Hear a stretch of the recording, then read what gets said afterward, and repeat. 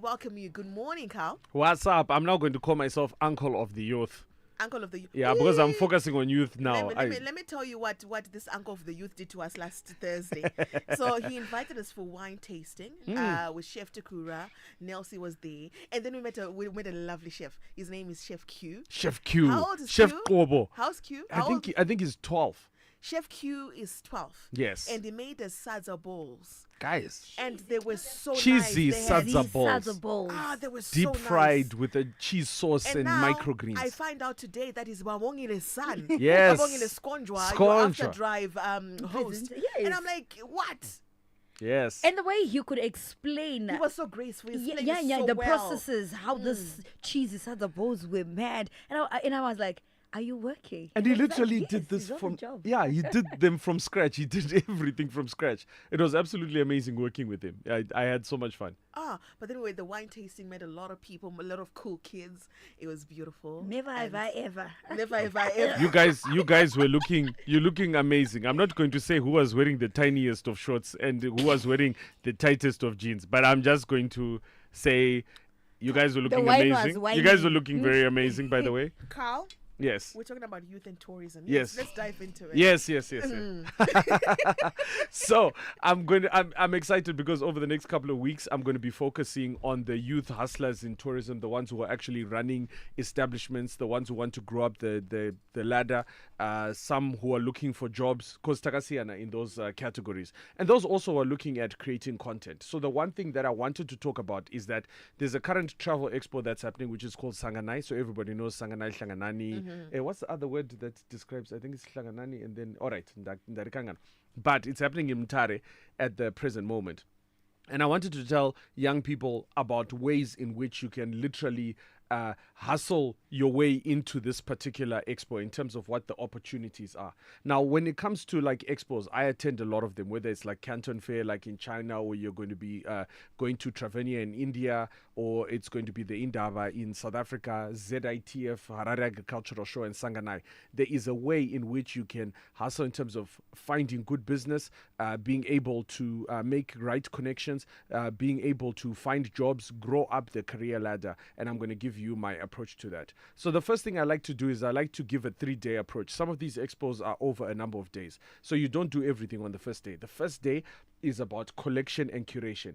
Get in there and just make sure that you know everybody who's there. We know where all the stands are. Just take a quick whiz through so that you can get a lay of the land, right? Second day is when you do like your speaking and networking. That's just like talking to people, finding out what the products are about and collecting that information so that you've got something to think about. Then on the last day that you go, that's when you try to find the specific areas that actually go with you. So these are 10 things that you're supposed to do at the Travel Expo. So number one, collect details and business cards of all the exhibitors, right? So just go stand by stand, collect my business cards. If there's a brochure, collect it. Take all that information. This curation is going to be very important because if you're in business, it's going to generate a contact list for you. If you're looking for jobs, it's going to generate a contact list for you. If you're going to be hustling in the tourism sector to find better jobs, it's going to generate a contact list for you. So this is going to be very important. Once you collect that, you're going to put them away into like a spreadsheet, collect all that data, the QR codes, make sure you collect as much information as humanly possible at the expo, right? All right. Number two, you are going to find out about discounts. So go to places and find out, okay, so here are your prices. What time of the year are you giving away discounts to stay at your accommodation? So this is when you're at Sanganai. So you go to a hotel group and you say, you know, whatever hotel group, you're going to say, oh, I love your hotel. Do you guys offer discounts throughout the year? And then find out which dates they are. If they will give you information, or they'll ask you to be on their mailing list or their loyalty programs or that kind of thing. So if you are traveling and you're looking for discounts, this is the best opportunity to do that. Number three, produce content at Sanganai. So remember, I'm talking to different people. So depending where you are, you're going to see if the content resonates with you. So produce content at Sanganai. Find out the hashtags that they're using. So not just at Sanganai, but at any expo. This is the reason why I get to go and do so many reviews at hotels and stay at so many fancy hotels, because of the content I create. So I don't go to people and say, I'm going to create content and you pay me for it. I create the content for free so that I'm adding value already. And then some of these businesses end up calling me for specific times that they want me to generate content. So if you go to Sanganai, find out their hashtags, make content, like create videos of saying I'm at stand number whatever, and here's my name, here's where to find me, and then use the hashtags, and then tell people to follow the Sanganai page or whatever conference you're actually covering. This will have some very good results for you, because when the marketing people are going back and they're doing their reviews, they're going to be looking at the hashtags and who was participating or was talking about them, and then they are going to put you on their list of maybe influencers or whatever they may want to work with in future, or even that they want to work with you like as a marketing consultant, or even that they may offer you a job to work with their organizations if you've done your job well enough. So there's a lot of benefits from that perspective if you're going to be working in the tourism sector. The other thing that you want to do after you've collected your business cards is you want to no, not your business cards. Once you've actually done your videos, right? Is you're going to be looking at like training institutions that are represented at Sanganai. So there are a lot of training like universities and that kind of thing, offering diplomas, degrees, and so on. Find out about their scholarship programs. Find out about their whatever it is that they are marketing at that particular point in time. Make sure you get information of some of the professors. Meet up with some of the students at the stores and ask them about the programs that you are wanting to actually join. This is a great or a cheap way of getting all of the information that you need all at once. Imagine everyone has been brought into one space, so you might as well, right, sort of ask them all of this information. The next thing is that if you're a proper hustler, right, pay close attention to all the materials being used to build the stands. So look at the stands, look at the artwork, the photography, the banners, the business cards, all of the little materials, the tables, even the person who's doing the lunches. Pay close attention to all the little businesses that are operating within the spaces, because when you are now going for the next expo, what you're going to do is you're going to collect the names of the organizers and then find out how you can be involved, whether you want to be doing lunches, courier services, whether you want to be doing carpentry, fixing, filming, taking photographs for people. These are businesses that you can actually make money from. Do you know that you can actually go to a place like Sanganai and take photographs, for example, of people by their stands and then post them onto a website so that you attract traffic? You may end up being the official photographer for some of their stands at the future exhibitions that they're doing. So make yourself very useful when you're going to expos. Don't just go there and be another participant who's just walking around aimlessly. Actually, find a way that you can get yourself to, ahead as a young person in business, as a young hustler. The other thing is go to hotels and people who are exhibiting activities and find out what commissions are offered to agents and speak to them about that you intend on being an agent selling some of their packages. You'll be so shocked. They'll tell you some of these amazing commissions to say if someone books a helicopter, you earn this amount of money, which is something that you can always do as a job from home. Agents sell packages from home, so you can just work from home, internet connection, selling packages on behalf of these establishments, and you can earn some really major commissions. And I'm telling you, you can earn like thousands and thousands of dollars, literally just from referring people to helicopter rides, game drives, hotels, and that kind of thing. So be very interested in that area. Go to the people, let them know that you're interested in doing that, and then maybe you can even join our academy. I'm going to give you the contacts so that you can learn some of these areas in terms of growth. And we're also going to be sharing a number of also different ways in which you can grow in the tourism sector. The next thing is volunteer to help clean up the stands. So like at the end of Sanganai, right? Sort of find out where you can volunteer to help with cleaning and that kind of thing. This is going to be important. You start out as a cleaner. Next time you're going to be a person they're using as an assistant. Next thing they're going to be asking you to do a much bigger job. By the time you're doing your fourth exhibition, you're probably going to be right up there in terms of the team that's either planning or sales, marketing, or any one of those jobs. So jobs are all about investment. Start low, aim high. That's how you're going to grow within any sector. So even if you came and you decided that you wanted to work at Star FM, just cleaning up at Star FM, you'll be so shocked that back in the day, a lot of our top presenters, some of these seasoned broadcasters who've been working for decades, started off as T-boys at radio stations, right? So there's no job that you should look down upon. Every job is what I call access. Once you're inside, most of the jobs that are never advertised, they happen internally. So this is one of the things that you want to do is get in as a cleaner. You're going to rise up the ranks. Then you can become a runner as well. So for example, you can actually talk to organizations and offer up your services to say, listen, if they want something delivered to another stand, you can do it even just like at $1. To say if you want to take a box to another particular stand that's in there. Remember, some of these expos, they're actually over like huge premises, right? So people just need someone who can get from point A to point B, to bring a guest, to go pick up a box, to do something. Being a runner is one of the most underrated things. I was talking to someone in a supermarket the other day, and I was saying to them, you know, supermarkets don't realize that if they just charged $1 kupara fish for people, do you know how many people will buy fish? Oh, a lot of people. Like I'll just buy. Like if someone said, "Do you want your fish parrot or not parrot?"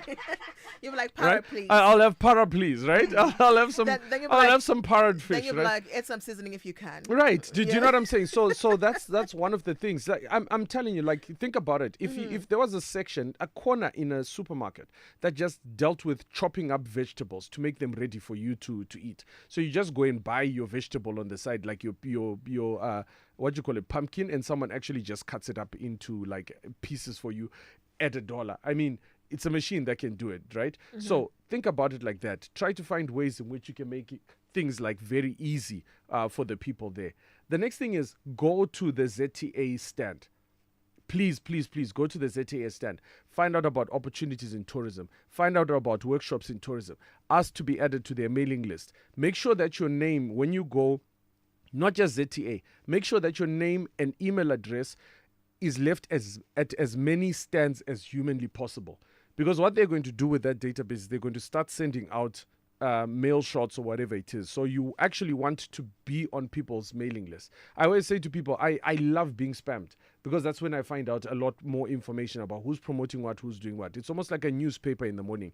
I have a phone that's just dedicated to people spamming me and sending me like updates on stuff that they're doing. So very important for you to be added onto the ZTA mailing list. Also go to the government, parastatal and NGO stands. These are very important because then you find out about government policy, particularly around the youth, parastatals, particularly around the youth, and NGOs, particularly around the youth. Just understand, if you're age 17 to 35, that's where the most amount of funding currently exists. Just go and Google it right now and say funding for 17 to 35. This is the area where a lot of different funds for development, for entrepreneurs, for people who are going into various spaces is going to be. So it's very important for you to be armed with as much information. Now, to anyone who needs to understand these principles, it's about curation. So collect as much information as possible. Collaboration is about asking questions and knowing how you can work with people. And then it's about creation, which is to look at opportunities and how you can sort of harness them. So that when you go to these expos, you're not just a person just walking about just collecting brochures. You're now doing it because you're trying to structure your path for career moving forward, particularly like in this sector where it's highly competitive and there's so many people who are going there. There's a need for you to start thinking ahead of being ahead. So I have I think that's my 10 sort of list of things. So if people want to contact me, can contact me via WhatsApp, which is 0774 280 810. That's how you can join our Academy platform. So on future broadcasts of this show, we're going to be focusing on youth in tourism and all the opportunities that the youth can go into. We're going to rural tourism. We're going to look at experiential sort of tourism. We're going to look at career opportunities, again, going in depth, how to apply for tourism jobs, etiquette and all of these things. And we're going to be bringing you this information every week here on Star FM. All right, so we've got a question here. I was meant to answer it, but you know what? Yes. I'm gonna let you have the honors. So, right, it says, does this need school? you know what, everything needs school, but life is school in a way. I think there are two ways of school. You can go to an institution or you can gain experience on the job. And both of those are valid. Sometimes school can allow you to be able to apply for positions at the level you want to go in. But if you want to rise to that position, you can go in with experience and then rise up the ranks to those particular credentials. All right, and I'm also thinking you were talking about tourism. You know, you talked about Sanganai, Tlanganani. You know, going around, taking pictures and all that. It all starts with your phone, right? Yes. So you just need to learn to use your phone, use your camera, and get the work done. Absolutely. So, like using your phone, you know, people will say, you know, I don't have an iPhone. It doesn't matter. If your story is compelling enough, you know, I've done a cookbook on much less phones than an iPhone. So, you know, so just get your standard smartphone. As long as you can send out sort of information on WhatsApp and whatever it is. The issue is about get good, get seen, get paid, in that order. So get good at telling your story, right? Then make sure that it's seen by as many people. And once it's seen by as many people, then you are definitely going to start getting paid. Right. What's needed for me to be in a cooking academy? Okay, so in the academy that I've just given you the number, it's free to join the academy. I just post WhatsApps in there and post relevant sort of TikTok videos and so on that will help you. And then I also post the links to the videos that are recorded by Star FM so that people can follow what it is that we're talking about. And also I write articles for each of the shows that we are doing, so you get to learn from that perspective. But most importantly, when you hear about some of these events that DJ Eve was talking about, like the the wine tasting and that kind of thing, we often call for volunteers to get some work experience as well. So it gives them the opportunity to be seen by people. We saw Chef Q already is being talked about on radio. So yeah, the opportunity exactly. And for our young team of chefs who were there at the wine event, getting to meet up with DJ Eve, Lewe, and the team at Star FM that came, Ayati, you know, that kind of thing. Those are the kind of opportunities that we give, because then what happens is that it then grows your network. And when your network is grown, eventually your contact list starts talking to each other. Opportunities are much easier to find. Right. So this is, I think I'm asking someone who's at home. When you talk about growing a network, Carl, you say that you go to these tourism things, you take probably pictures, you start uploading, find out their hashtags and start going. Of course, there's no way you're going to get, like, for starters, you might even get 2 people who would like that post. Yeah. Yeah. The build up, it takes a long time. It does. So what do you tell a person who hasn't started, but they want to be like you, to be able to be called out, to take content? What would you tell them? Yeah, so what I like is I like what's called momentum marketing, or at least I call it momentum marketing. Okay. Where if you look at a journey of going to Bulawayo, there are many ways of going to Bulawayo. You can fly to Bulawayo, so you can be there in 30 minutes, right? You can take the train to Bulawayo, probably take you like 19 hours or whatever. And then you can walk by road, right? So social media is like that. Sometimes it's important to take that journey one step at a time, one person at a time, one like at a time. Don't worry about the numbers. What you're worrying about is getting good. So when you're getting good, the better you become, the more you get seen, right? Because the more you get seen, the more you get paid. So what you want to do is not worry too much about, do many people see my post or do they know? Imagine that your current contact database, right? If you've gone to Sanganai, let's say there's 300 exhibitors, you have collected 300 business cards, 300 brochures. That means you have a contact list of 300 people who you can send information about what you're talking about. Now, how are you going to serve those people? Who are you going to be talking about? What are you going to be talking about? So a lot of the times, young people are spending too much time arguing about, my Warriors are 1-0 ne Rwanda. But sooner or later, we're going to have to start being useful. Start being useful to the players. How can you be motivational to the players? How can you talk about the play? You have 11 players who are on the pitch at any given time. Can you write bios and articles about the sports people? Then people can start adding onto that. That's an example. So you grow one step at a time. Awesome, Carl. So maybe if we can have that number one more time. Okay, so 0774 280 810. Awesome. Thank you so much, Carl. So you can catch Carl same time and next week right here on the Morning Galaxy. We call this the Galaxy Travel, and today we're talking about youth in tourism. We are Star FM, sounding good all the time. It's